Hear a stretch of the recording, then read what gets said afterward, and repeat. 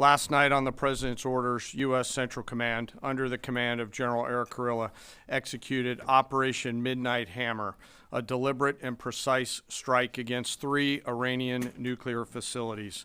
This was a complex and high-risk mission carried out with exceptional skill and discipline by our joint force.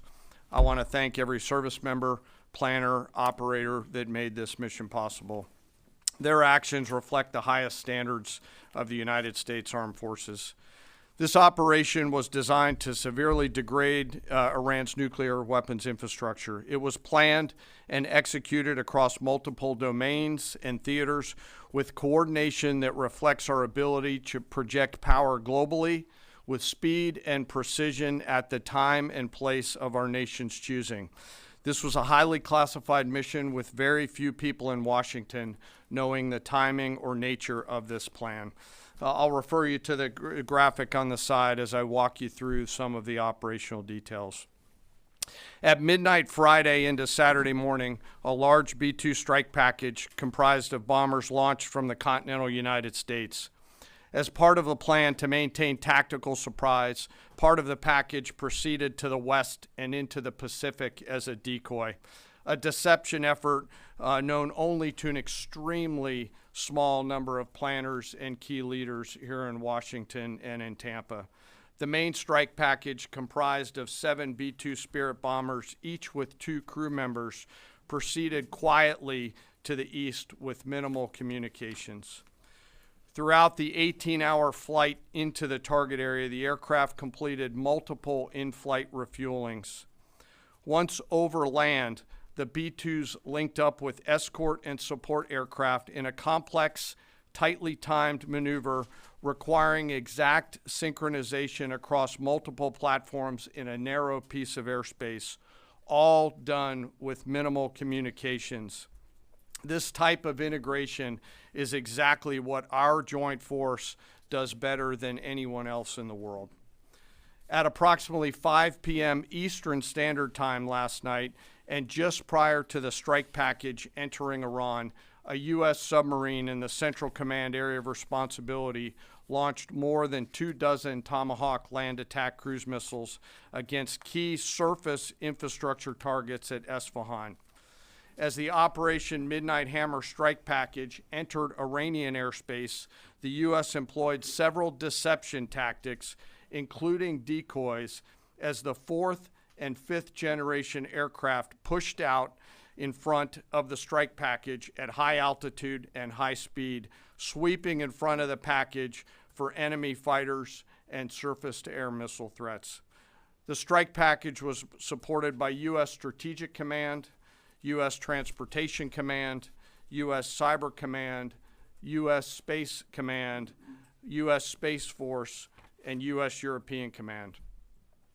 As the strike package approached Fordo and Natanz, the U.S. protection package employed high-speed suppression weapons to ensure safe passage of the strike package, with fighter assets employing preemptive suppressing fires against any potential Iranian surface-to-air threats. We are currently unaware of any shots fired at the U.S. strike package on the way in.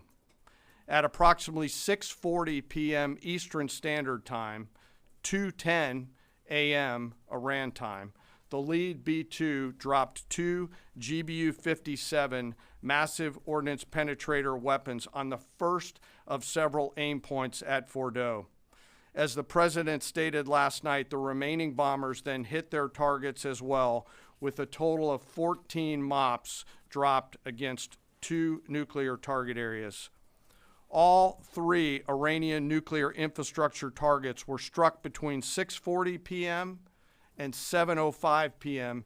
Eastern Time. Again, that's about 2:10 in the morning local time in Iran, with the Tomahawk missiles being the last to strike at Isfahan to ensure we retain the element of surprise throughout the operation. Following weapons release, the Midnight Hammer strike package exited Iranian airspace and the package began its return home.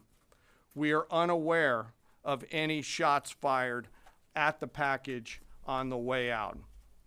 Iran's fighters did not fly, and it appears that Iran's surface-to-air missile systems did not see us. Throughout the mission, we retained the element of surprise. In total, U.S. forces employed approximately 75 precision-guided weapons during this operation. This included, as the President stated last night, 14 30,000-pound GBU-57 massive ordnance penetrators, marking the first ever operational use of this weapon. I know that battle damage is of great interest.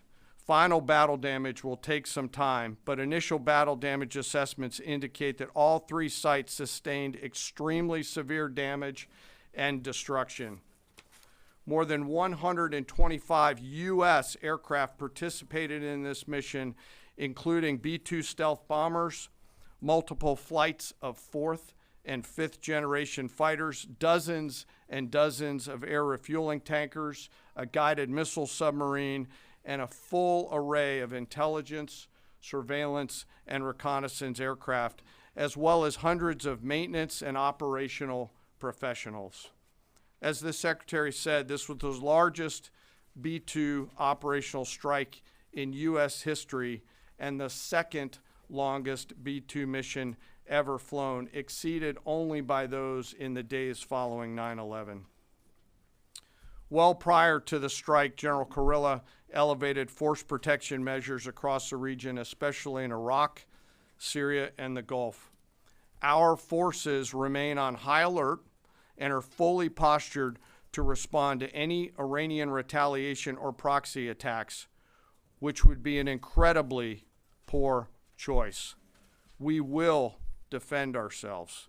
The safety of our service members and civilians remains our highest priority. This mission demonstrates the unmatched reach, coordination, and capability of the United States military. In just a matter of weeks, this went from strategic planning to global execution. This operation underscores the unmatched capabilities and global reach of the United States military. As the President clearly said last night, no other military in the world could have done this. I join the President and the Secretary in being incredibly proud of the air crews, naval forces, cyber operators, planners, and support teams, and commanders who made this mission possible. It is their skill, discipline, and teamwork that makes this operation possible. I am particularly proud of our discipline related to operational security, something that was of great concern to the President, the Secretary, General Kurilla, and me, and we will continue to focus on this. As we stand here this morning, many assets are still airborne, and we have hundreds deployed. I ask that we keep our warfighters on their way home and our deployed service member in our thoughts. Our joint force remains ready to defend the United States, our troops, and our interests in the region. Thank you very much.